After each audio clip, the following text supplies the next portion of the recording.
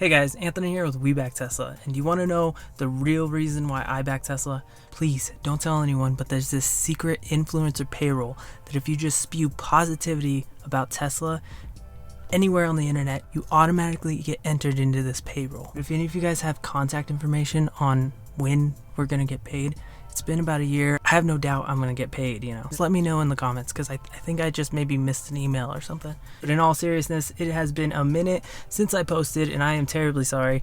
Things have come up, life has happened, I have tons of excuses that I could give to you that you don't care about. I did have bigger, more consistent plans for this channel, but obviously I have failed at that, and I'm definitely not going to be doing a Patreon. One of you guys did suggest putting a PayPal link in the description. I'm going to go ahead and just throw that out there. So if you find that a particular episode was useful, entertaining, helpful, and you want to shoot something our way, we truly do appreciate that. And if you don't, there is no need to do that. I'm just putting that out there, but feel free to ignore it. My wife and I are also working on some handmade products for this channel. We've been experimenting with some limited edition stuff for us. If you know what this is, leave it in the comments. Spoiler in 3, 2, 1. This is a one-of-a-kind Mrs. Nesbitt hoodie. We have channel-specific things that we're testing out, so stay tuned for that. But that's seriously enough of me talking about this nonsense. We need to talk about the Model Y. Model Y? We are quickly approaching the 1-year anniversary of when I placed the order for our Model 3 Standard Range Plus and convinced my wife that it was a good idea. Needless to say, we both love this car, which is why we placed a deposit on a Model Y back in December, hoping to get it sometime this summer. I don't know where we are on the list.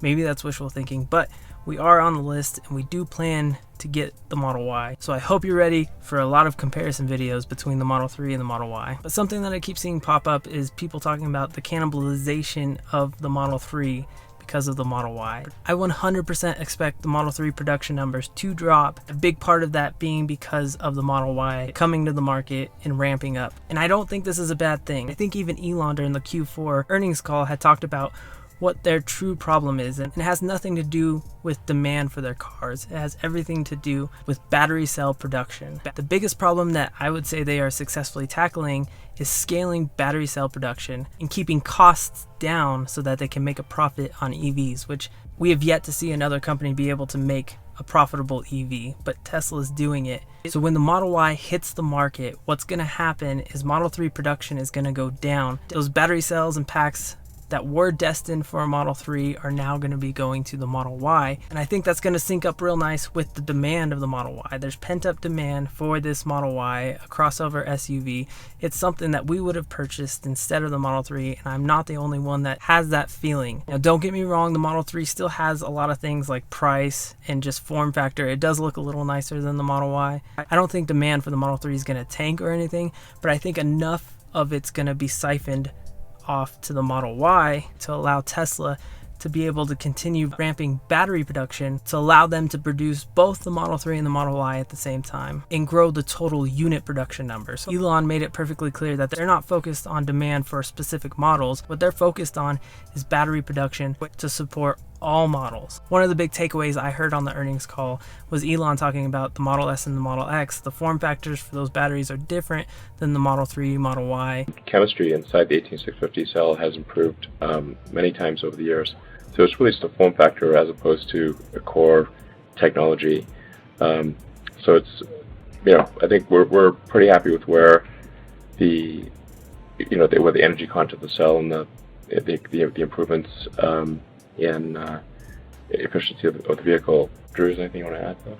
No, other than to say that the 18650 lines, have been running smoothly for a really long time, and in a world where cell supply is fueling growth, part of the fuel of growth, I don't see a reason to turn that cell supply off. So. And people have just been assuming that the newer battery form factor that's in the Model 3 and Model Y would make its way to the Model S and X. But now we know that the Model S and X has very competitive battery chemistry to what's in the Model 3 and Y, even though the form factor is a little bit different. And their problem is just getting enough battery cells regardless of form factors. They don't see a reason to trash the solid production they're getting from Panasonic for the Model S and X battery form factor. And that tells me that they are riding this wave of battery cell production, and the demand curve and the production curve of battery cells is they're just going to be neck and neck for the foreseeable future. Do I think that the Model Y is going to take away sales from the Model 3? Yes. Do I think that's going to be a bad thing? No. I think that's going to make it really easy for Tesla to continue to scale battery cell production and maintain both product lines this year, the Model 3 and the Model Y. And then we've got the Battery and Powertrain Investor Day coming without a doubt on 4/20, because why wouldn't they? He said it would be in April probably. 4/20 makes the most sense, right? So whatever they're going to announce with that battery tech, I think is going to make or break the Cybertruck, Semi, and Roadster that are going to be coming out. But I doubt we see any of that tech until next year. There's also this idea that Tesla at some point is going to be licensing out their tech, their battery tech and their powertrain tech, to other manufacturers who are struggling to make a profitable EV. And just knowing they're already bound by battery cell production for their current models in their current roadmap, it sounds like a good idea, but I don't think we'll be seeing anything like that happening soon. Maybe I'm wrong, but I just don't see how they'll be able to make enough batteries and powertrains for other companies while they continue trying to grow their own product roadmap. That all might change next year or the year after that when their new tech hits the ground running. I'd really like to hear what you guys think. Do you guys think the Model Y is going to eat up a ton of Model 3 sales? Do you think that's going to be a bad thing? If you guys made it this far, thank you. If you guys are subscribed, thank you. If you're not, please consider it. If you drive an EV, seriously, thank you. And if you don't, you have to seriously consider it. Feel free to hit me up on Twitter or hit me up in the comments. Let's talk about this stuff. Thank you guys again, and I'll see you guys in the next video. Model Y?